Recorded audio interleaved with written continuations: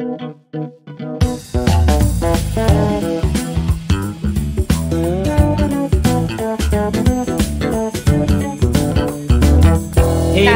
το. Γεια σας, παιδιά. Γεια, Δημήτρη. Πρώτη φορά θέλω να σας πω ότι συνδέθηκε το live τόσο γρήγορα, παρόλο που έχουμε έναν εξαιρετικό τεχνικό, το Δημήτρη, το φίλο μας, στο main point. Αλλά επειδή συνήθως αυτοί που συμμετέχουμε είμαστε υπέργυροι και δεν ξέρουμε, είμαστε σαν τους γέρους στο Muppet Show και δεν ξέρουμε να το χρησιμοποιήσουμε, πρώτη φορά μπήκαμε όλοι, μπαμ, και οι τρεις μαζί. Τι κάνετε? Καλά. Εσύ Καλά, πώς είσαι? Καλά είμαι κι εγώ. Εδώ παιδεύομαι με διάφορα. Βασίλη, Τι, όλα καλά? όλα καλά, στο τρέξιμο, στην κούραση, στη δημιουργική κούραση και στη σωματική κούραση. Μάλιστα. Εσύ, Γεωργία μου? Εγώ είμαι καλά. Ναι. Είμαι καλά. Δεν έχω τόση κούραση νομίζω. Είμαι οκ. Ναι. Είμαι power. Κάνεις πράγματα για τον εαυτό σου τώρα, να ξεκουραστείς και κάτι άλλο? Γυμναστική. Πάντα βοηθάει η γυμναστική. Μπράβο. Ναι. Ναι, γιατί όταν είμαστε ανάμεσα σε δύο δουλειές, τέλος πάντων, πρέπει να βάζουμε ένα πρόγραμμα στον εαυτό μας, γιατί αλλιώς είναι δύσκολο να βγει η μέρα. Δεν είναι εύκολο άμα δεν έχεις πρόγραμμα, δηλαδή. Τώρα ο κόσμος, για να καταλάβει τι λέμε, επειδή είμαστε ηθοποιοί, δεν είμαστε άνθρωποι που 12 μήνες το χρόνο σηκωνόμαστε το πρωί και πάμε και χτυπάμε και πάμε σε ένα γραφείο τις 9 μέχρι τις 5. Έτσι. Θα τύχει να έχουμε ωράριο, να είμαστε σε σχέση συνεργασίας με έναν οργανισμό, σε οικονομική προσπάθεια, να έχουμε πρόβα, να έχουμε γύρισμα, να έχουμε κάτι. Αλλά αυτό δεν γίνεται συνέχεια. Υπάρχουν κενά ανάμεσα στις δουλειές μας. Υπάρχουν μήνες που είσαι από το πρωί μέχρι το βράδυ στη δουλειά και μήνες που δεν έχεις τίποτα. Ενώ πάνω στη δουλειά μας. Μάλιστα. Έτσι είναι η φύση της δουλειάς. Έτσι είναι, τι να κάνουμε. Έβλεπα τη Μέρη Στρίψ ένα βίντεο που έλεγε ότι επειδή συμβαίνει να είμαστε πολύ συχνά χωρίς δουλειά, είπε η Μέρη Στρίψ, όταν στη διάρκεια που δουλεύουμε είναι τρομερή η ένταση της δουλειάς μας, λόγω του ότι κάνουμε μια πολύ ιδιαίτερη δουλειά, γιατί δεν φτάνει μόνο να είμαστε στην ώρα μας, στο μέρος της δουλειάς μας, πρέπει να συμμετέχουμε όπως και κάποια άλλα επαγγέλματα, αλλά εμείς να δίνουμε όλοι μας την ψυχή. Είναι τρομερή η ένταση λοιπόν, και όταν τελειώνει αυτό, λέει, και τελειώνει η δουλειά σου, ξαφνικά πρέπει να κατέβεις από το μπαλονάκι. Ζεις σε ένα μπαλονάκι στον ουρανό και χάνεται αυτό το μπαλονάκι και χάνεις τη γη κάτω από τα πόδια σου. Αυτό είναι ακόμα πιο δύσκολο, συν το γεγονός ότι δεν έχει συνέχεια δουλειά. Πρέπει να ισορροπήσεις κάποια πράγματα στην καθημερινότητά σου. Ναι. Λοιπόν. Και με έναν τρόπο ζούμε και 100 ζωές, επειδή κάνουμε διάφορους ρόλους, ζούμε πολλές ζωές μέσα στη μέρα. Μία τη δική μας, μία του ρόλου στο θέατρο, μία του ρόλου στο γύρισμα. Θέλει απόρριση.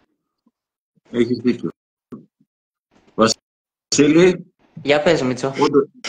Σε βλέπω όντως λίγο κουρασμένο, αλλά δεν πειράζει.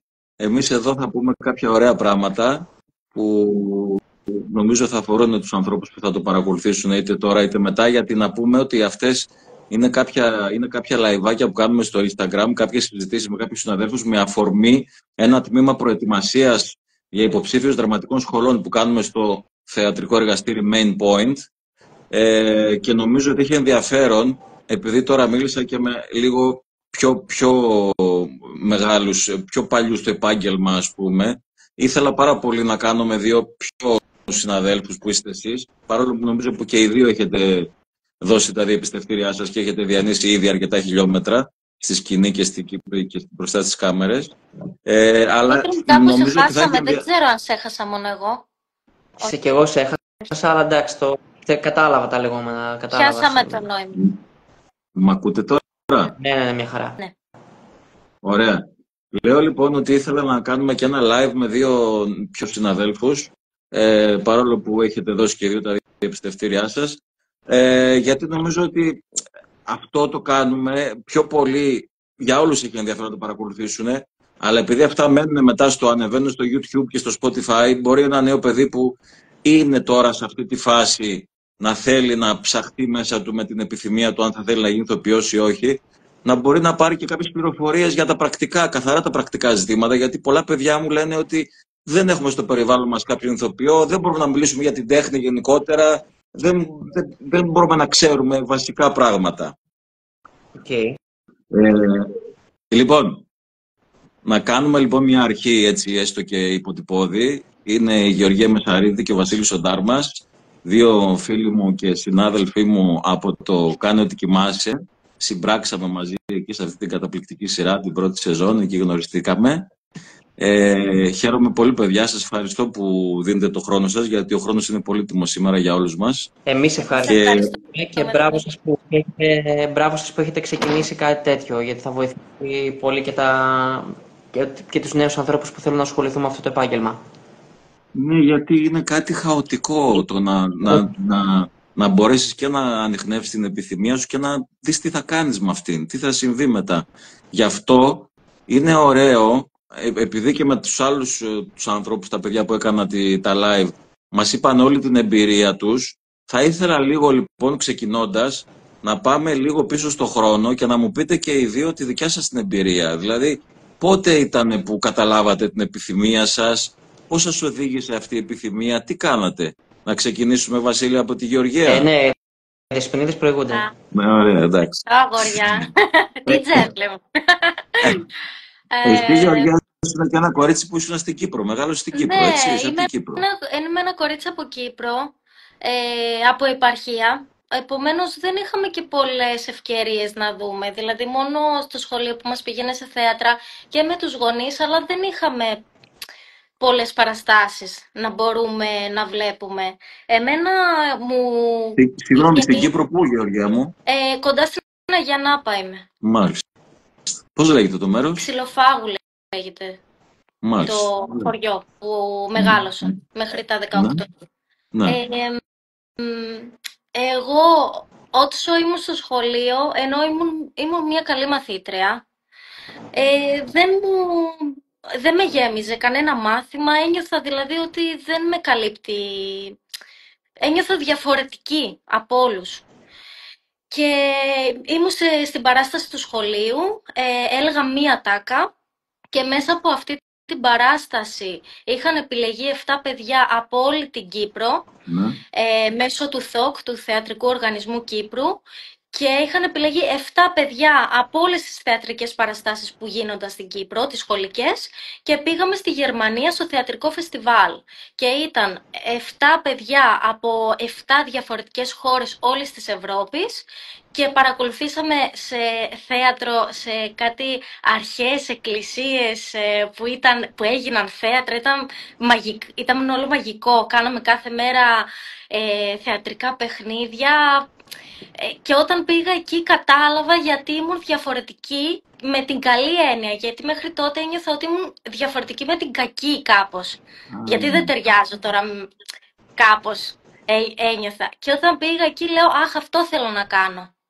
Σε ποια ηλικία ήταν αυτό, σε ποια τάξη είπες? Ήμουν Δευτέρα Λυκείου προς Τρίτη Λυκείου. Μάλιστα. Εκεί εγώ εντωμεταξύ ήμουν ένα παιδί πολύ κλειστό. Δεν ήμουν δηλαδή στην παρέα. Δεν φαινόταν δηλαδή ότι η Γεωργία θα γίνει ηθοποιός με τίποτα. Ναι. Και οι γονείς μου ξαφνιάστηκαν όταν τους είπα ότι θέλω να γίνω ηθοποιός. Γιατί με είχαν ότι ξέρω εγώ θα γίνω, δεν ξέρω, κάτι άλλο εν πάση περιπτώσει. Ναι. Και μετά μπήκα στο οικονομικό στη Θεσσαλονίκη, απειθήτα, και εκεί έβλεπα συνέχεια παραστάσεις. Δεν με κάλυπτε το οικονομικό, αν και τα περνούσα, το πήρα το πτυχίο μου, υπάρχει κάπου, ξέρω εγώ, σε ένα κάδρο. Αν και μου άρεσε κάπως η σχολή σε κάποια σημεία, δεν με το τίποτα, δηλαδή δεν με έβλεπα καθόλου να τελειώνω το πανεπιστήμιο και να γίνω λογίστρια, με το τίποτα. Ναι, τι? Το τέλειωσες όμως. Ναι, το τελείωσα. Έβλεπα παραστάσεις. Μία παράσταση έτσι που με καθόρισε πολύ ήταν όταν είδα στο Κρατικό Θέατρο μία φίλη πλέον και την Εμμανουέλα τη Μαγκόνη, Όταν είχα δει την παράσταση του Μπρέχτ, Μάνα Κουράγιο, είχα δει την Εμμανουέλα, δεν την ήξερα τότε, και είχα συγκινηθεί πάρα πολύ και ήμουν στο όριο τώρα που τελειώνω, γιατί ήμουν και τέταρτο έτος. Συνεχίζω να βρω μια δουλειά πάνω στα οικονομικά ή τα διαλύω όλα και πάω σε μια δραματική. Και όταν είδα την παράσταση, λέω θα γίνω ηθοποιός, έχει τελειώσει. Και μπαίνω και βλέπω ποια σχολή είχε τελειώσει η Εμμανουέλα και βλέπω Οδείο Αθηνών. Και λέω και μετά κατέβηκα Αθήνα, έδωσα σε δραματικές και η αλήθεια είναι ότι με το που πήγα στο Οδείο ένιωσα ότι αυτή ήταν η σχολή μου. Ένιωσα ότι σε αυτήν θέλω να περάσω και έβαλα τα δυνατά μου και πέρασα και φοιτήσα εκεί. Όταν λες πήγες στο Οδείο, τι εννοείς, πήγες απλά να δεις πώς είναι? Όχι, πήγα να δώσω εξετάσεις. Ως εξετάσεις, ναι. Πριν τις εξετάσεις έκανες κάποιο είδους προετοιμασία, κάτι ή απλά πήγες έτσι? Ναι, θα σου πω. Είχα ρωτήσει έναν άλλο μου φίλο στη Θεσσαλονίκη που ήμασταν μαζί σε ένα θεατρικό εργαστήρι, αν ξέρει κάποιον ώστε να με προετοιμάσει. Και με παρέπεμψε σε κάποιον ηθοποιό και μετά έκανα 10... πώς να το πω, 10 συναντήσεις. Με προετοίμασε και έδωσα. Δηλαδή δεν προετοιμάστηκα πάρα πολύ. Δεν ήξερα κιόλας, είχα πολύ άγνοια. Ναι. 10 συναντήσεις από πόσες ώρες δηλαδή? Πόσες ώρες, θέλω να πω, ασχολήθηκες γενικά με αυτό το θέμα? Μία ώρα ή 2, μία ώρα ή 2 ώρες. 10 συναντήσεις κάναμε πάντως. Το ξέρω, ήταν πάρα πολύ λίγο. Αλλά έτσι έγινε σε μένα. Μάλιστα. Τώρα βλέπω ότι γράφει ένας φίλος, ρωτάει αν μπορεί να ασχοληθεί από το θέατρο από τα 18 μόνο. Όχι, να πούμε ότι ο ηλικιακός περιορισμός υπάρχει στις δραματικές σχολές, νομίζω τώρα ήταν μέχρι τα 25, αλλά κάποιες σχολές δέχονται και μετά τα 25, έτσι δεν είναι? Ναι, εγώ ξέρω και 29 χρονών. Υπάρχει σχολή, ξέρω μία ηθοποιό που μπήκε στα 45 της δραματική σχολή. Ναι. Υπάρχουν και εξαιρέσεις και αν το θέλεις πολύ θα βρεις μια άκρη, θα βρεις δραματική σχολή που ακόμα και σε ηλικιακό περιορισμό μπορεί να σε δεχτεί. Εσύ, Βασίλη, δεν έχουν κιόλας. Και κάποιες δεν έχουν, ναι, σωστά. Εσύ, Βασίλη, για θυμίσου, τι έγινε τότε εκείνη την περίοδο? Εγώ εντάξει, είχα μια αρροπή προς τα καλλιτεχνικά, κυρίως στη μουσική. Όταν έφτασα στα 14, ξεκινούσαν κάτι σεμινάρια υποκριτική στην Πάτρα. Από Πάτρα είμαι και εγώ από μια μικρή ωραία επαρχιακή πόλη. Και ξεκίνησα σεμιναριακά, ερασιτεχνικά. Ζούσες μέσα στην Πάτρα ή σε κάποια άλλη πόλη? Στην Πάτρα μέσα, ναι. Στην Πάτρα, ναι, ωραία. Λοιπόν, και ξεκίνησα στα 14-15 ερασιτεχνικά και στο πρώτο μάθημα, στην πρώτη συνάντηση, κατάλαβα ότι συνειδητοποίησα πολύ γρήγορα ότι εκεί είμαι. Και όχι μόνο αυτό, εκεί πολύ γρήγορα συνειδητοποίησα ότι τελείωσα το σχολείο για μένα. Δηλαδή από εκεί και ύστερα, από τα 15 και μετά, το σχολείο έπαψε να έχει κάθε υπόσταση για μένα, γιατί ξεκίνησα πάλι από την αρχή. Ξεκίνησα να μετράω από την αρχή, την αλφαβήτα από την αρχή, να μιλάω. Οπότε έτσι ξεκίνησα και στα 18 μου τελείωσα το Λύκειο. Έκανα προετοιμασία 2 μήνες με τον πρώτο μου δάσκαλο που ξεκίνησα και στα 15 μου, το Γεράσιμο τον Τάβαρη, που του χρωστώ μεγάλη ευγνωμοσύνη για όσα με έμαθε. Έχω παίξει με το Γεράσιμο στο ΔΠΘ Πάτρας. Ορίστε. Έχω παίξει με το Γεράσιμο στο ΔΠΘ Πάτρας. Ναι, ναι, είναι μια ιδιαίτερη ιδιοσυγκρασία και ένας άνθρωπος με βαθιά γνώση, για μένα τουλάχιστον, στο επάγγελμα, και του χρωστώ πολλά για ότι τέλος πάντων ηθικά κι εγώ μέσα μου είμαι καλά με αυτό και έχω καταφέρει. Και από τότε, από τα 18 μου έδωσα δεν είχα ιδέα, εγώ στην Αθήνα δεν είχα ιδέα από δραματικές σχολές. Ήξερα το εθνικό και από εκεί και ύστερα με τα φυλάδια, τότε που μοιράζαν ακόμα φυλάδια, έψαχνα δραματικές και είχα ακούσει για το Οδείο, ότι είναι μια πολύ καλή σχολή και απαιτητική, και λέω πάμε. Μπήκα, σπούδασα και βγήκα και δουλεύω. Να σου πω, όταν έδωσες, δεν σου πέρασε, υπήρχε η δραματική σχολή του ΔΠΘ Πάτρας? Υπήρχε, ήταν στα γενοφάσκια της. Είχε 2 χρόνια ζωής. Το σκέφτηκες καθόλου να μείνεις εκεί και να πας σε αυτή τη σχολή, ή ήθελες να έρθεις στην Αθήνα να πας στο 2? Είχα περάσει στη δραματική, είχα δώσει στην Πάτρα. Ήταν η πρώτη δραματική που έδωσα, η Πάτρα. Και έχει και πολύ καλές υποδομές η δραματική της Πάτρας. Δηλαδή είναι μια πολύ καλό επίπεδο σχολή. Και μπήκα, αλλά απλώς επειδή εντάξει, τώρα η Αθήνα είναι Αθήνα, η βιομηχανία είναι εδώ, ήθελα να επιχειρήσω για εθνικό και αυτά, επένδυσα στην Αθήνα περισσότερο και από τη στιγμή που μπήκα ο 2 Αθηνών, συνέχισα στο 2. Παιδιά, καλός ή κακός, λυπάμαι που το λέω, αλλά το επίκεντρο της δουλειάς μας είναι η Αθήνα. Ναι, δυστυχώς. Όχι ότι δεν συμβαίνουν πράγματα κι αλλού, και στη Θεσσαλονίκη υπάρχει το κρατικό και όλα αυτά, αλλά το επίκεντρο εκεί που συμβαίνουν οι περισσότερες δουλειές, που υπάρχουν τα περισσότερα θέατρα, εκεί που γίνονται τα γυρίσματα για σχεδόν όλα τα σύριαλ, οι εταιρείες παραγωγής, τα θέατρα, όλα είναι στην Αθήνα, δυστυχώς.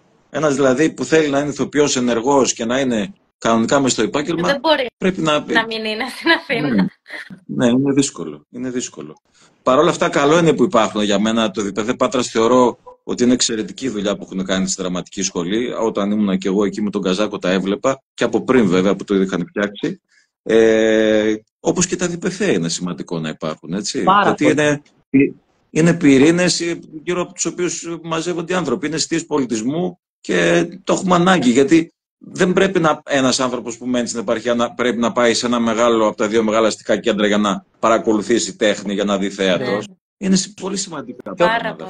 Όπως αντίστροφα και η βιομηχανία εδώ στην Αθήνα και οι παραγωγές εδώ στην Αθήνα, είναι καλό να ανοίγουν τον ορίζοντα για να πηγαίνουν σε άλλες πόλεις, σε κομμόπολεις, σε μικρές πόλεις, σε μεγάλες πόλεις, έτσι ώστε η θεατρική παιδεία κάπως να ανοίγει περισσότερο. Είναι δύσκολο, Βασίλη, γιατί όπως ξέρεις όλα καθορίζονται από το χρήμα, και εφόσον εμπλέκονται τα χρήματα, η παραγωγή είναι πολύ δύσκολο να πάρουν αποφάσεις, γιατί ενέχει ρίσκο για αυτούς. Οπότε πρέπει να καταλάβει ο κόσμος ότι από τη στιγμή που εμπλέκονται λεφτά και κάποιος βάζει τα λεφτά του, θα τα υπερασπιστεί με οποιοδήποτε τρόπο μπορεί. Αλλά είναι σωστό αυτό που λες όμως. Δίκιο, Δημήτρη, έχεις δίκιο. Σιγά-σιγά. Ναι, μακάρι. Αυτό που πρέπει να γίνει είναι να υπάρχει μια κρατική μέριμνα. Δηλαδή τα ΔΠΘ, όλα αυτά να μην είναι σε ύπνωση, να είναι ενεργά. Να πηγαίνουν κονδύλια, χρήματα στον πολιτισμό, να μπορούν οι άνθρωποι να έχουν μια βάση για να δουλέψουν. Ναι. Αυτά είναι τα σημαντικά θέματα. Άμα δεν τα φροντίσει η πολιτεία αυτά, οι ιδιώτες, οι παραγωγοί, πώς θα το ακολουθήσουν? Τέλος πάντων. Για πείτε μου τώρα, τώρα εσείς που είσαστε, πότε, δεν ήσασταν μαζί στο 2, πότε τελειώσατε? Όχι, δεν ήμασταν. Εσύ πότε τελειώσατε, Γεωργία? Εγώ τελειώσα το 22. Και εσύ, Βασίλη? Εγώ το 21, αλλά όταν βγήκα εγώ από τη σχολή μπήκε η Γεωργία. Α, δεν συναντηθήκατε ποτέ? Δεν το... Θέλω να μου πείτε, και τώρα θα ξεκινήσουμε αντίστροφα, Γεωργία μου, θα ξεκινήσουμε από τον Βασίλη. Επειδή...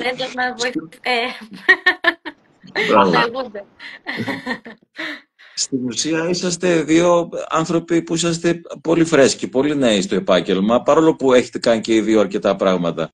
Για σκέψου, Βασίλη, και πες μας, πώς βλέπεις την πορεία σου μέχρι τώρα, δηλαδή? Τι θα έλεγες για το επάγγελμα, για το χώρο?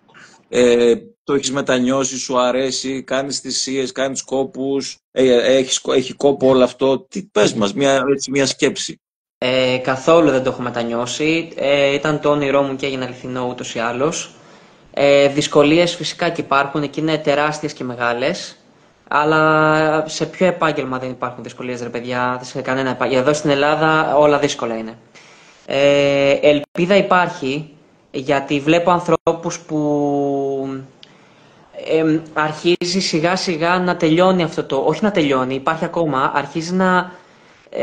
θέλω να πιστεύω ότι αρχίζει να τελειώνει αυτό το τζάμπα, αυτό το έλα πάμε για να το κάνουμε. Αρχίζει, βγαίνει σιγά σιγά, βγαίνουν άνθρωποι είτε που γράφουν, είτε που παίζουν, είτε που σκηνοθετούν, που αναζητούν κάτι πολύ πιο πυρηνικό. Θυσίες φυσικά και έχουν γίνει πάρα πολλές.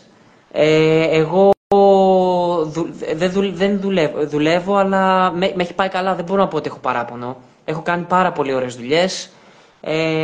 Με έχουν ανεβάσει πολύ οι δουλειές που έχω κάνει. Έχω κάνει καλές και κακές δουλειές όπως όλοι μας. Έχω μάθει από αυτά. Υπάρχουν σκαμπανεβάσματα. Μία σεζόν δεν δουλεύω. Ας πούμε τώρα δουλεύω εστίαση. Παράλληλα με κάτι πρόβες που κάνω, δουλεύω και εστίαση και έχω ξαναδουλέψει εστίαση. Και αν χρειαστεί θα ξαναδουλέψω εστίαση ή ό,τι άλλη δουλειά πρέπει να κάνω για να βγάλω τα προστοζήν. Γιατί δεν βγαίνει πάντα. Και δεν είναι κάθε μέρα Κυριακή που λέμε. Δεν έχεις πάντα. Δεν κυλάει πάντα η ρόδα, ρε παιδί μου. Γιατί πρόπερση, ας πούμε, στο Κάνω Τι Κοιμάσαι, είχα 2 δουλειές. Ήμουνα και στο Εθνικό και στο Κάνω Τι Κοιμάσαι και τι ωραία, τι καλά. Είχα 2 δουλειές και δούλευα και μια χαρά. Υπάρχουν σκαμπανεβάσματα. Δεν γίνεται σε μια δουλειά που ασχολείται, γιατί στην ουσία η δουλειά μας είναι να ασχολούμαστε με την ψυχή του ανθρώπου. Δεν μπορεί να υπάρχει ασφάλεια. Νομίζω ότι αν υπήρχε ασφάλεια, επέρχεται ο εφησυχασμός και από εκεί και πέρα μπλέκεται το πράγμα. Αυτό λίγο η φύση της δουλειάς αισθάνομαι, ενώ δεν μας αρέσει σε κανέναν και δεν μπορούμε να το συνηθίσουμε, γιατί για να καταλάβει ο κόσμος, εμείς κάθε 3, 5, 8 μήνες ψάχνουμε πάλι για δουλειά από την αρχή. Γιατί αυτά είναι. Κυριολεκτικά. Μπράβο. Όμως το να νιώθεις μια ασφάλεια και να είσαι βρέξει, χιονίσει κάπου, ας πούμε, και νομίζω ότι δημιουργεί έναν εφησυχασμό, ο οποίος είναι ο εχθρός του καλλιτέχνη. Ο καλλιτέχνης πρέπει να έχει μια εγρήγορση, να είναι σε μια εγρήγορση. Δεν λέω ότι είναι καλό αυτό που τραβάμε και όλοι οι φίλοι μου, όλο το περιβάλλον μου, εγώ τώρα που είμαι πολλά χρόνια, μου λένε ακόμα πώς αντέχεις τόσα χρόνια και πώς το αντέχεις αυτό το πράγμα. Και λέω, παιδιά, πώς το αντέχω, γιατί αγαπάω αυτό που κάνω. Γι' αυτό το αντέχω. Εσύ, Γεωργία, πώς βλέπεις μέχρι σήμερα τα πράγματα? Η αλήθεια είναι ότι είμαι κι εγώ από τους τυχερούς. Εγώ είμαι 3 χρόνια στο επάγγελμα. Πολύ φρέσκια. Μου έχουν πάει, δόξα τω Θεώ, πολύ καλά. Υπήρχαν περίοδοι που δεν υπήρχε παύση, αλλά ήταν πολύ μικρό το χρονικό διάστημα. Δηλαδή, εγώ ξέρω σπουδαίους ηθοποιούς που χρόνια είχαν να δουλέψουν πάνω στο επάγγελμα και είναι σπουδαίοι και τώρα είναι, ξέρεις, στο πικ τους. Ναι. Έχει να κάνει πολύ και με τη στιγμή σου και να σου έρθει ο ρόλος, να σου έρθει, δεν ξέρω. Είναι πολλά που παίζουν. Ναι, αλλά είναι αυτό που είπατε. Δηλαδή, όταν το αγαπάς οτιδήποτε, ό,τι και να κάνεις, όταν το αγαπάς, μπορείς να αντιμετωπίσεις τη δυσκολία. Αν έτσι η καρδιά σου δεν είναι εκεί, με την πρώτη δυσκολία κάπως θα το αφήσεις.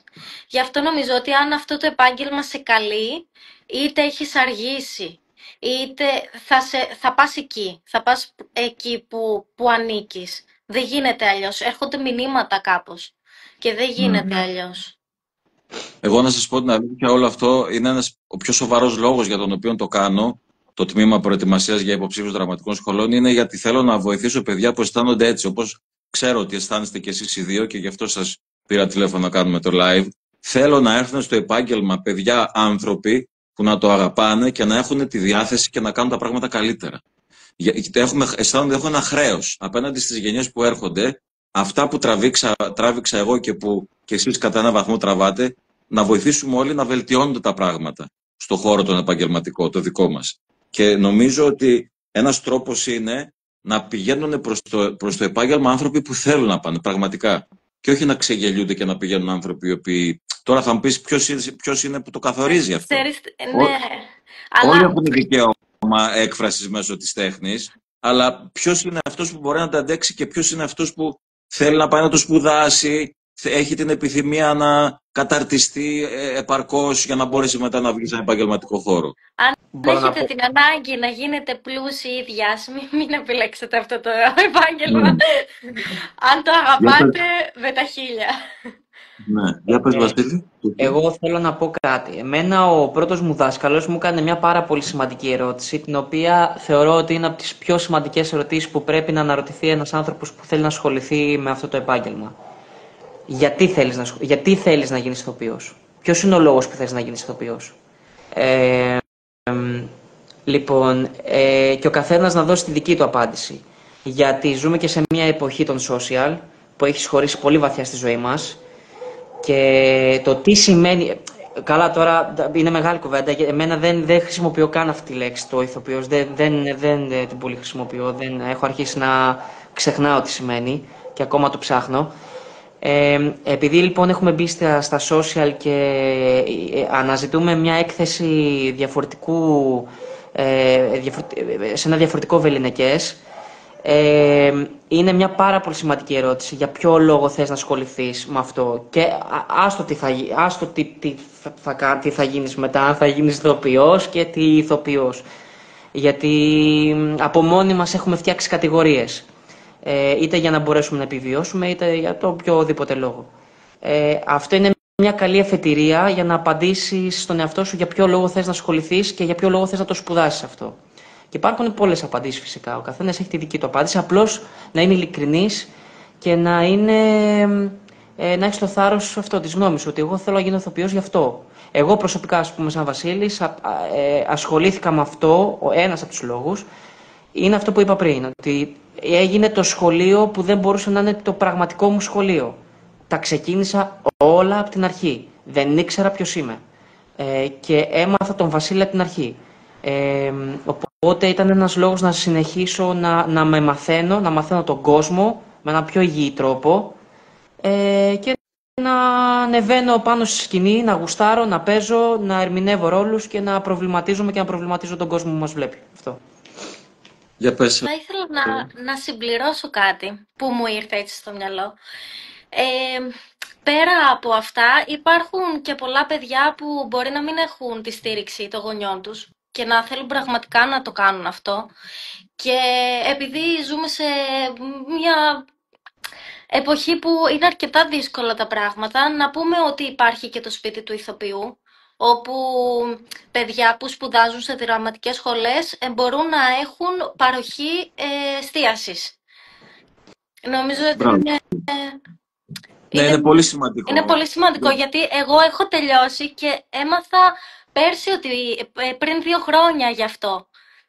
Είναι πάρα πολύ σημαντικό να το ξέρουν τα νέα παιδιά. Είναι πολύ σημαντικό γιατί επειδή ζούμε και εργαζόμαστε στην Αθήνα, το θεωρούμε δεδομένο ότι οποιοδήποτε έχει σπίτι στην Αθήνα, ενώ είναι πάρα πολλά τα παιδιά που έρχονται από την επαρχία για να σπουδάσουν σε κάποια δραματική σχολή και μάλιστα γνωρίζω ότι στη δραματική σχολή του Εθνικού Θεάτρου η φετινή χρονιά οι περισσότεροι έχουν έρθει από επαρχία. Ναι. Γιατί τυχαίνει να ξέρω κάποια παιδιά και μου το είπανε. Οπότε ναι, είναι σημαντική πληροφορία και αυτή. Για κάποιον που δεν έχει την οικονομική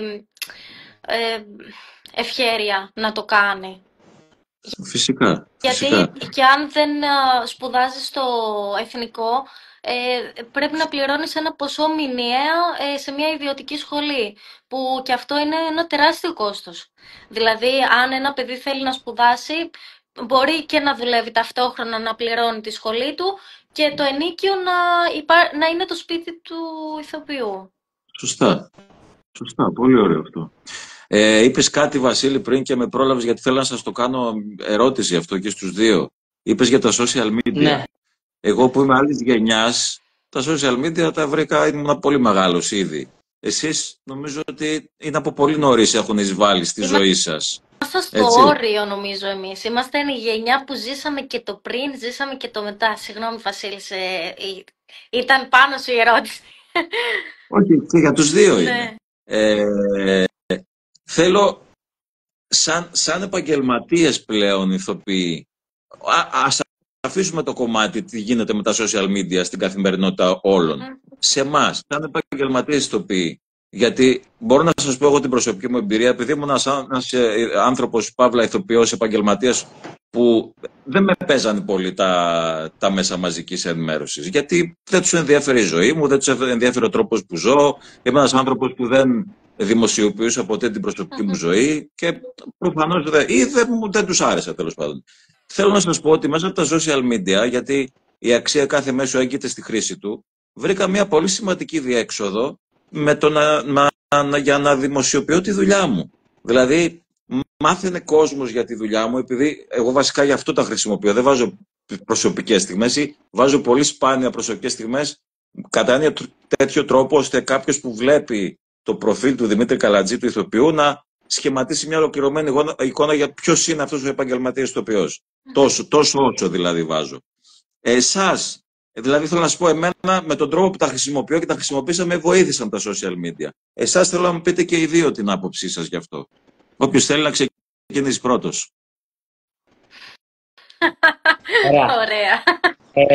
Εγώ θα πω, επειδή έχω μια αντίσταση, θα πω ότι τα φοβάμαι τα social media. Θα είναι ανόητο να πω ότι δεν βοηθάνε. Φυσικά και βοηθάνε και πάρα πολύ. Υπάρχει μια τεράστια παγίδα και για τους ηθοποιούς και για τους ανθρώπους που δημιουργούν συνθήκες εργασίας. Να λαμβάνεις υπόψη σου έναν εντός εισαγωγικών ηθοποιό, τέλος πάντων, από τους followers και όχι από το υλικό του, το προσωπικό. Όπως και να έχει, τα social είναι... Εγώ σαν Βασίλης προσπαθώ όσο μπορώ να τα αποφεύγω, για να μπορώ να είμαι και ένας χαρούμενος άνθρωπος. Θα μου πει γιατί, Βασίλη, όποιος χρησιμοποιεί πολύ τα social δεν είναι χαρούμενος άνθρωπος? Δεν ξέρω. Εμένα μου προσφέρει μια ευτυχία το να μην ασχολούμαι πάρα πολύ. Εμένα. Θέλει μια προσοχή. Τι εννοείς θέλει μια προσοχή? Εννοώ θεωρώ επικίνδυνο να εξαρτάται η επαγγελματική σου ζωή από μια ιστοσελίδα. Το θεωρώ επικίνδυνο. Εγώ σαν Βασίλης μιλάω καθαρά προσωπική μου άποψη, το θεωρώ επικίνδυνο. Εμένα θέλω να με παίρνουν, ας πούμε, για δουλειά, όχι επειδή έχω social ή επειδή έχω καλές φωτογραφίες ή δεν ξέρω κι εγώ τι. Θέλω να με παίρνουν γιατί ο Βασίλης δουλεύει, ρε παιδί μου, έχω ακούσει πολύ καλά λόγια για αυτόν, ή έχω δουλέψει μαζί με τον Βασίλη, έχει καλό υλικό, ξέρω εγώ, δοκίμασε, μπορεί να μην σου κάνει. Αυτή είναι η δική μου άποψη. Σίγουρα βοηθάνε. Δεν γίνεται να με βοηθάνε. Ζούμε στην εποχή της τεχνολογίας. Δεν γίνεται να με βοηθάνε. Απλώς θεωρώ ότι είναι και μια παγίδα. Στην Αμερική, ας πούμε, δεν έχεις μέλλον αν δεν έχεις. Η Emma Stone όμως δεν έχει Instagram. Έχω να πω ότι δεν ξέρω ποια είναι η ζωή της Emma Stone και δεν ξέρω πώς δεν γνωρίζω την προσωπική ζωή της Emma Stone. Θέλει προσοχή. Θέλει προσοχή για τον άνθρωπο που ασχολείται πολύ και πώς το διαχειρίζεται και πώς υπάρχει μέσα σε αυτό. Μάλιστα. Εσύ, Γεωργία? Είμαι κοντά με τον Βασίλη σε σκέψεις. Τον ακούω τόση ώρα να μιλάει και σκέφτομαι κι εγώ παράλληλα αυτά που λέει. Ό,τι έχει στα χέρια σου έχει να κάνει με τη χρήση και την κατάχρηση. Εγώ ακούω πάρα πολύ και τους ηθοποιούς που δεν θέλουν να έχουν social media. Ακούω και αυτούς που θέλουν να έχουν και να τα χρησιμοποιούν. Σίγουρα σε καμία περίπτωση δεν με αφορά η επιλογή κάποιων ηθοποιών βάσει καθαρά και μόνο των likes και των followers. Δηλαδή κάτι δεν πάει καλά κάπως μέσα μου νιώθω. Δεν θα το ήθελα.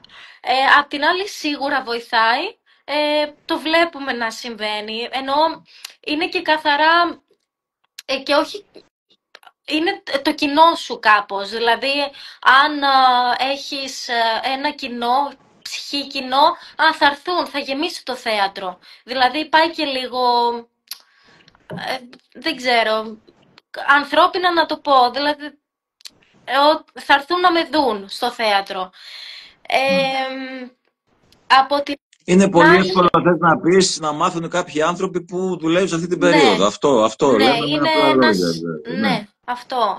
Γιατί γίνεται χαμός από τις διαφημίσεις, είναι τόσες πολλές οι δουλειές και τόσες πολλές παραγωγές κάθε χρόνο και γίνεται τέτοιος βομβαρδισμός που οι άνθρωποι δεν κάθονται πλέον έτσι όπως είναι η ζωή, δεν σταματάνε να δουν τι είναι αυτό που βλέπουν. Εσύ έχεις κάποιους δικούς σου οι οποίοι παρακολουθούν μέσα το social που είσαι κάθε φορά. Αυτό. Επίσης δεν είμαστε η γενιά της τηλεόρασης, θεωρώ. Θεωρώ ότι ο κόσμος, το κινητό νομίζω σε όλους, δεν ξέρω, υπάρχει 5 ώρες τη μέρα στο χέρι. Μπορεί και όχι, αλλά πιο πολύ είμαστε στο κινητό και θα μάθουμε νέα στο κινητό. είτε αυτό είναι κακό είτε καλό, παρά στην τηλεόραση. Επομένως είναι ένα μέσο πληροφόρησης, πληροφορίας, ώστε να μάθεις τι συμβαίνει σε δουλειές, να δω μια παράσταση, να δω αυτό στην τηλεόραση το βράδυ που θα πάω σπίτι μου, γιατί το μεσημέρι ή το απόγευμα, το βράδυ δουλεύω. Επομένως θα το δω την ώρα που μπορώ μέσω της συνδρομής, της εφαρμογής, της σελίδας του καναλιού. Πολλοί κόσμος βλέπει, ας πούμε, μία σειρά μέσω μίας εφαρμογής. Επίσης, καταλαβαίνω και από την άλλη το κάποιος ποια λέξη να χρησιμοποιήσω, τα social media να τα... δεν μου έρχεται λέξη. Να τα χρησιμοποιήσει. Όχι, να τα χρησιμοποιήσει με καλό τρόπο, έτσι ώστε να μπορεί να κάνει διαφήμιση μέσα από τα social, γιατί παλιά θεωρώ ότι ακόμα και την τηλεόραση και τις τηλεοπτικές διαφημίσεις, η γενιά η δική σου, ήσασταν πολύ... Αν κάνατε π.χ. μία διαφήμιση, μπορεί μετά να μην σας έκλειναν σε δουλειά σε ένα θέατρο. Υπάρχει δηλαδή ένας φόβος της προηγούμενης γενιάς για τα social, που με έναν τρόπο έχει περάσει στη δικιά μας τη γενιά, που εμείς αμφιταλαντευόμαστε, δεν ξέρουμε πώς να το χειριστούμε. Ενώ η επόμενη γενιά, και μιλάμε τώρα για για 5 χρόνια πιο νέους από εμάς, που είναι πιο εύκολο στα social media για αυτούς. Έχει να κάνει πολύ και με τις γενιές. Το ακούω ένας ηθοποιός να διαφημίζει ένα προϊόν από το Instagram, γιατί αυτά τα λεφτά θα πληρώσει το νίκη του, ή για το οποιοδήποτε λόγο ότι το κάνει. Έχει να κάνει με την επιλογή του κάθε ανθρώπου. Όλα. Σωστά. Και τίποτα δεν είναι... Δεν το κρίνεις. Ούτε το... Απλά αποφασίζεις εσύ. Η επιλογή είναι δική σου. Ούτως ή άλλως παλιότερα στα χρόνια τα δικά μας υπήρχε λίγο αυτός ο διαχωρισμός ποιοτικό, εμπορικό, που ήταν χαζομάρες όλα αυτά βέβαια. Ναι. Δεν υπάρχουν. Αυτό το κάνει ο καθένας μόνος του για τον εαυτό του. Και εγώ δεν ξεχωρίζω τις δουλειές, δεν τις διαχωρίζω σε ποιοτικές και εμπορικές. Ξεχωρίζω τους ανθρώπους, τους συνεργάτες. Ποιος είναι σε κάθε δουλειά. Άνθρωπος που θέλω να δουλέψω μαζί του και κάποιος άνθρωπος που δεν θέλω. Δεν με ενδιαφέρει σε ποιο χώρο ανήκει, μπορεί να ανήκει οπουδήποτε. Θέλω λίγο, για να επανέλθουμε στο λόγο που γίνεται το live, να μου πείτε και οι δύο την εμπειρία σας από την ημέρα των εξετάσεων. Ό,τι θυμάστε κάτι έτσι. Προσευχές, κεριά στην εκκλησία, άγχος, αϊπνίες. Τι είχε γίνει εκείνη την ημέρα? Εσύ, Βασίλη, στην προετοιμασία... Συγγνώμη, Γεωργία μου, θα πάμε στο Βασίλη επειδή μιλάγες εσύ πριν. Εσύ, Βασίλη, έκανες με το Γεράσιμο, έκανες προετοιμασία. Ναι. Αισθανόσουν σιγουριά την ημέρα των εξετάσεων? Πώς αισθανόσουν? Αισθανόμουν... θα σου πω, λοιπόν... τώρα σκέψου ένα παιδί 18 χρονών που έχει φύγει από την Πάτρα και πάει να δώσει στην Αθήνα. Έτσι. Δεν είχα δει ποτέ στη ζωή μου μετρό. Εντάξει. Ένιωθα ότι ζούσα το όνειρο, το αμερικάνικο όνειρο που λέμε. Λοιπόν, αισθανόμουν πάρα πολύ έτοιμος, είναι η αλήθεια, πάρα πολύ έτοιμος, πάρα πολύ διαθέσιμος, και ήταν σαν να είχα στην πλάτη μου πίσω σημαία ότι ήρθα να σπουδάσω. Τέλος. Πήγες να κάνεις εγγραφή δηλαδή, όχι... Πήγες να έκανες εγγραφή απλά, όχι να πας να δώσεις εξετάσεις. Ναι, όχι, πήγα με τα μπούνια, ρε παιδί μου. Έδωσα ψυχή, σώμα, τα πάντα. Δεν πήγα, εντάξει, μωρά, δεν περάσω. Όχι, θα περάσεις.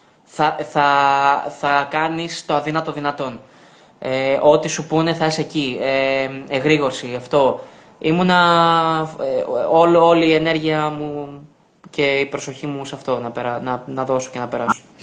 Αν δεν είχες κάνει την προετοιμασία που έκανες, πιστεύεις ότι θα αισθανόσουν το ίδιο? Όχι, μάλλον. Δηλαδή η δουλειά σου έδωσε την αυτοπεποίθηση που χρειαζόταν για εκείνη την ημέρα. Μου έδωσε όπλα. Μου έδωσε όπλα που μπορούσα να χρησιμοποιήσω, που ήμουν πιο έτοιμος σε άλλη περίπτωση που δεν θα ήμουνα μόνος μου.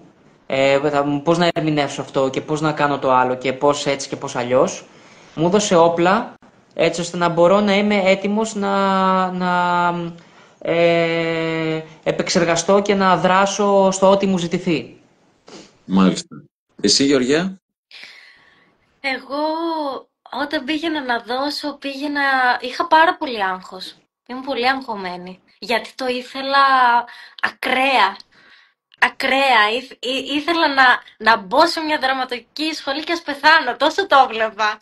Ήθελα πάρα πολύ κάθε μέρα να ακούω, γιατί νιώσα ότι το στερήθηκα και ήθελα κάθε μέρα να ακούω για θέατρο και αυτό και αυτό.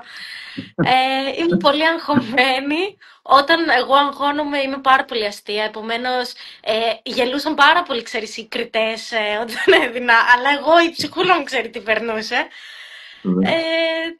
Ναι, με έναν τρόπο ήμουν ακραία αγχωμένη, αλλά περνούσα φανταστικά.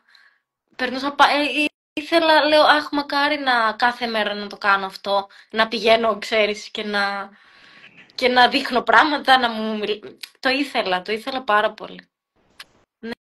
Ναι, τι μας θύμισες τώρα. Θέλω να πούμε σε αυτό το σημείο, επειδή και η Γεωργία και εγώ είμαστε το ΟΔΙΟ, το ΟΔΙΟ είναι μια πάρα πολύ, μια απαιτητική σχολή και δεν μπαίνεις εύκολα.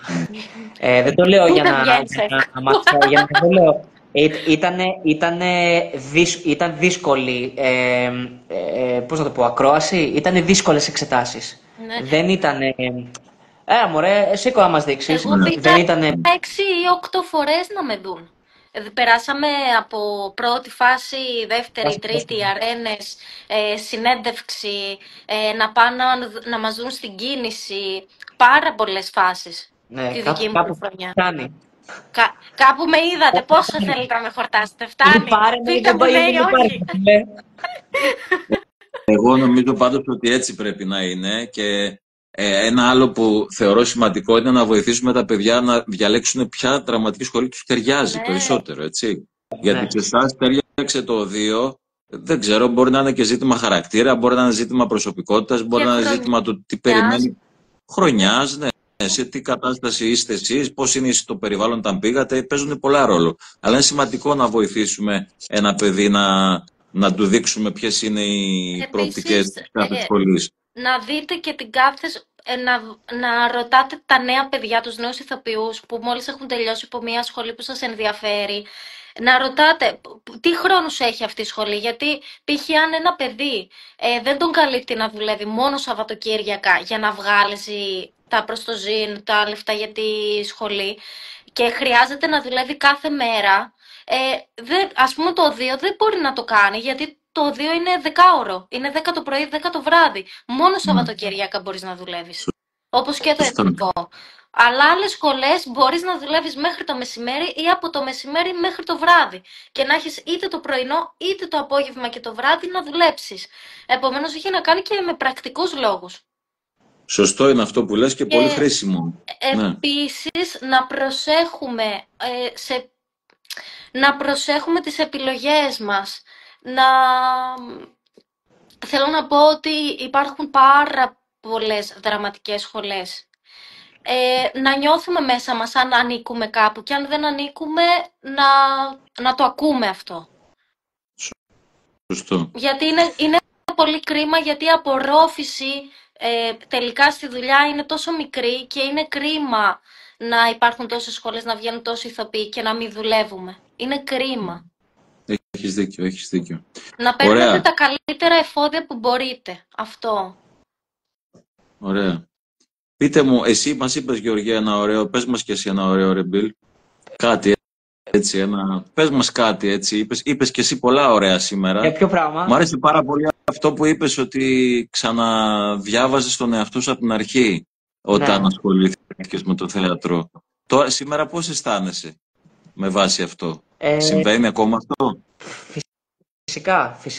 Φυσικά και είναι και γι' αυτό το λόγο συνεχίζω. Μεγαλώνω, εξελίζομαι, μαθαίνω μέσα από τα έργα και μέσα από τους ανθρώπους και μέσα από την παρατήρηση και είναι ένας πολύ ωραίος χώρος για να ξεκινήσεις να έχεις την ικανότητα και την ευκαιρία και τη χαρά και την τιμή να μπορείς να έρχεσαι στη θέση του άλλου. Διαβάζοντας ένα χαρακτήρα, παίζοντας και αυτοσχεδιάζοντας, κάνοντας θεατρική, ας πούμε, ψυχανάλυση στον εκάστοτε χαρακτήρα, να μπορείς να έρχεσαι στη θέση του άλλου, να βγεις από το δικό σου το εγώ, να το αφαιρέσεις, να το εκμηδενήσεις, για να μπορείς να το καλλιεργήσεις με άλλα εφόδια και με μια πολύ ωραία τροφή που θα σε οδηγήσει κάπου αλλού που είναι σίγουρα πολύ πιο... θα σε ανεβάσει ακόμα περισσότερο και όχι με λάθος τρόπο. Μάλιστα. Πολύ ωραίο το είπες. Για μένα, ας πούμε, η ταπεινοφροσύνη παίζει πολύ μεγάλο ρόλο και ήταν ένα πράγμα που το έλεγα στη σχολή. Άμα με έβλεπε τώρα ένας συνάδελφος από τη σχολή μου, από το έτος μου, θα λέγε πω, ο Βασίλης Πάιλ μιλάει για αυτό το πράγμα. Γκρίνιαζα πάρα πολύ γι' αυτό. Για το ότι χρειάζεται τα πράγματα γείωση. Χρειάζονται τα πράγματα γείωση. Και ανακαλύπτεις πράγματα. Και ανακαλύπτεις κόσμους και ιδέες. Ένα πράγμα πολύ σημαντικό σε αυτή τη δουλειά που με κάνει να ξεχωρίζω τους ανθρώπους είναι η έπαρση. Δεν μπορώ να καταλάβω γιατί μιλάμε για παραστατικές τέχνες. Πώς ένας άνθρωπος ο οποίος όταν τελειώνει τη δουλειά του είναι από κάτω 50, 20, 100, 200, 10.000 άνθρωποι και τον χειροκροτούν. Τι άλλο θέλεις δηλαδή μετά από αυτό? Φαντάζεσαι να δούλευε σε μια τράπεζα και κάθε μεσημέρι τώρα που τέλος να ήταν 200 άνθρωποι απ' έξω να σε χειροκροτούσαν. Θέλω να πω ότι όταν παίρνεις τόση χαρά και τόση προσοχή από τους ανθρώπους, δεν έχεις κανένα λόγο να είσαι κρυμμένος. Θα μου πεις. Ναι. Να καθαρίζει το θέμα χαρακτήρα αυτό. Αυτό είναι το θέμα. Γι' αυτό είναι επικίνδυνος και λίγο ο χώρος μας. Γι' αυτό και λέω έχει να κάνει και με την παιδεία και με την εκπαίδευση. Γιατί όλοι, και ο δάσκαλος μου το έλεγε, για να γίνεις ηθοποιός πρέπει να είσαι ψωνάρα. Αν δεν είσαι ψωνάρα, δεν θα γίνεις ηθοποιός. Και φυσικά και είμαστε ψωνάρες και τρεις μας και όλοι όσοι ασχολούμαστε με τον κλάδο αυτό. Αλλά η διαχείριση που κάνεις αυτού έχει σημασία. Και πού το πας και πού το διοχετεύεις και πώς το διοχετεύεις. Αυτό θέλω να πω. Εκεί θα καταλήξω. Εκεί που μπερδεύονται τα πράγματα είναι όταν νομίζουμε ότι κάτι συμβαίνει με εμάς. Δεν συμβαίνει κάτι με εμάς. Κάτι συμβαίνει με την τέχνη μας. Απολύτως. Ακριβώς. Αυτό είναι. Οπότε δεν είμαστε εμείς το θέμα, η τέχνη είναι το θέμα. Η δικιά μας δουλειά είμαστε απλώς να σερβίρουμε όσο πιο ωραία και όσο πιο πιστά μία ιδέα ή μία συμπεριφορά ή ένα συμβολισμό. Μπράβο. Λοιπόν, θέλετε για κλείσιμο να πούμε ή δεν είναι ανακοινώσιμο? Τι κάνετε τώρα, τι θα κάνετε του χρόνου? Ναι. Είναι ανακοινώσιμο? Ναι. Γιατί ξέρω ότι θα είσαστε στην ίδια δουλειά, θα είσαστε μαζί. Βεβαίως. Μας φέρνει χεράκι με τον Βασίλη. Σαν τα αδερφάκια που πάνε στα ίδια γενέθλια με τα αδέρφια τους. Έτσι πάμε τον Βασίλη. Η Γεωργία θα βλέπει τα μούτρα μου κάθε μέρα και εγώ τα δικά της. Για πείτε μας πού. Θα είμαστε στη Φάλαινα, σε σκηνοθεσία Πυγμαλίων Δαδακαρίδη, με έναν υπέροχο θίασο.